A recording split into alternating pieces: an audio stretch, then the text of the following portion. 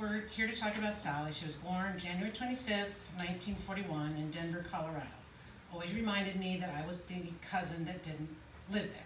That's the cousin that wasn't born there. She's survived by her 3 kids, Mark, Marcy, and Nancy, and Marcy's husband Doug, and Nancy's husband Todd. She has 7 grandchildren, Josh, Brittany, Adrian, Jessica, Johnny, Madison, and Chris. And she had 6 great-grandchildren, Lily, Penelope, Easton, Cash, Callie, and Knox. And she went by many names. She went by Sally and Mom, Sally Joe, Seat. I'm not sure what that is. That was, she made it up. Okay. Aunt Sally, Tickle Monster. She went by that, which is now passed to Nancy, is now the Tickle Monster. Grammy, Sal, Mrs. Stagg, and Mustang Sal. They moved to Corona after living in Colorado, and when she was 11, and that's where I was born.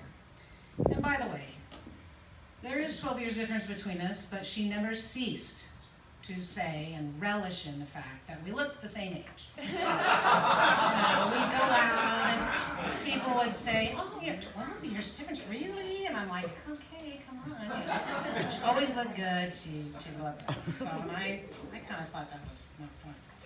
So, anyways, we moved to Santa Ana in 1955, and even though it was hard to move, which she had told me, she made many, many lifelong friends at Santa Ana High School. Names that popped into my head were Glenda and Sonia, and to name a few. She attended Santa Ana College and Orange Coast, where she was the first graduating class of surgical technicians. And she loved that. And I think this inspired her love of the medical field. I have to tell you, her love of the medical field. We saw this in action because when I was 16, I was in a car wreck and my parents were out of the country, and Sally had to, sort of take over. And so she came to the hospital the first day, and then the next day when she comes, one of my friends, Valerie, says, "Can you look at my head? My head feels weird." And Sally goes over there and she looks and she goes, "Well, your head's cut. There's glass in your head. They had totally missed it." Then she walks over to me, and I'm laying there, and we'd been coming over from the beach, so I'm covered in sand. I hadn't had been cleaned up, whatever. Well, all of a sudden, we heard that down the hall, and we could hear, rah, rah, rah, yelling. We're like, "Oh man, what's going on?" And 3 nurses came running. I mean, like hustling into that room, cleaning us up, doing whatever. From that point forward, and we were in the hospital 6 days, she would come every day with a clipboard. She'd have her clipboard and she'd check off bath, bandages, whatever.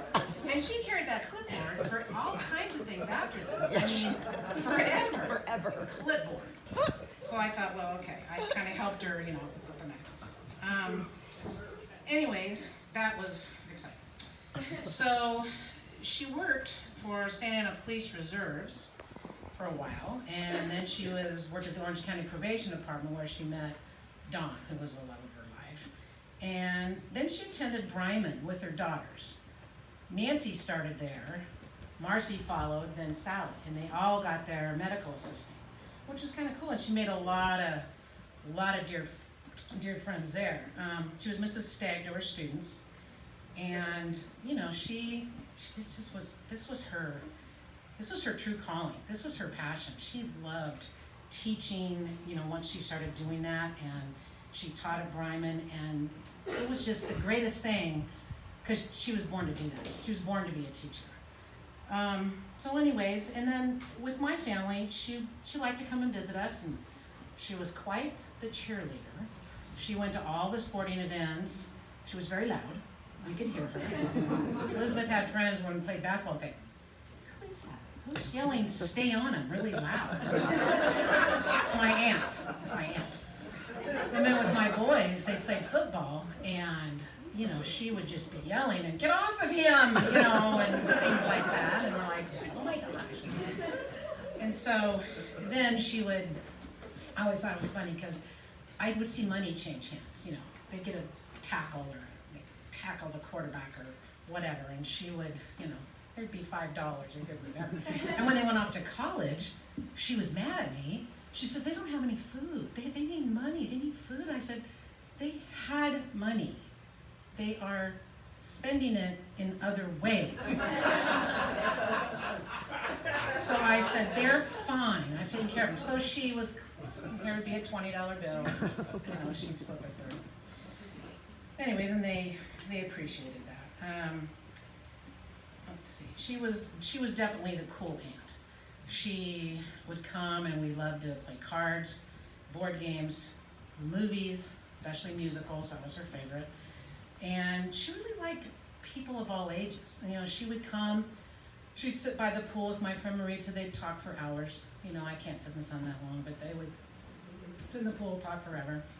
She hung out with my kids, they have friends. She was friends with them, where she just loved going and being with all of them, and I always thought it was so great. We even remembered that she toilet papered my house one time. She was in her 50s. Yeah. Okay, come on. So one of the fun things that she had going with Elizabeth, if people that know Elizabeth, she really hates birds. She just doesn't like them. They fly at her, they go to her feet, she just has a fit with birds. Well, salad. Okay. So here come a book in the mail, all about birds. Here was a pair of pajamas for Christmas, birds all over them. I have a bouquet for your birthday, birds of paradise. So then Elizabeth, she'd get little figurines and she'd put them on Elizabeth's pillow. And then Elizabeth would take it and she'd put it by the coffee pot. And then you'd see that same, it was just, they'd go on. They did that for years, back and forth. But it was really a lot of fun. So,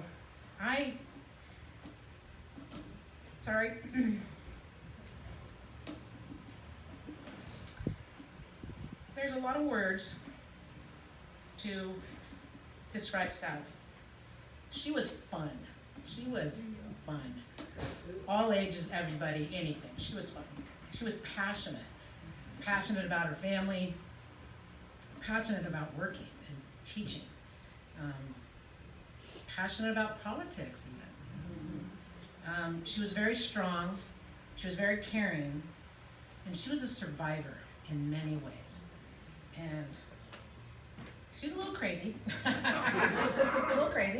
in a good way, But I spent a lot of time with her, and I'm gonna miss her every day. But I'm proud of all her kids, grandkids, they're all here, and seeing everybody, she was loved. No greater compliment to someone than to be loved.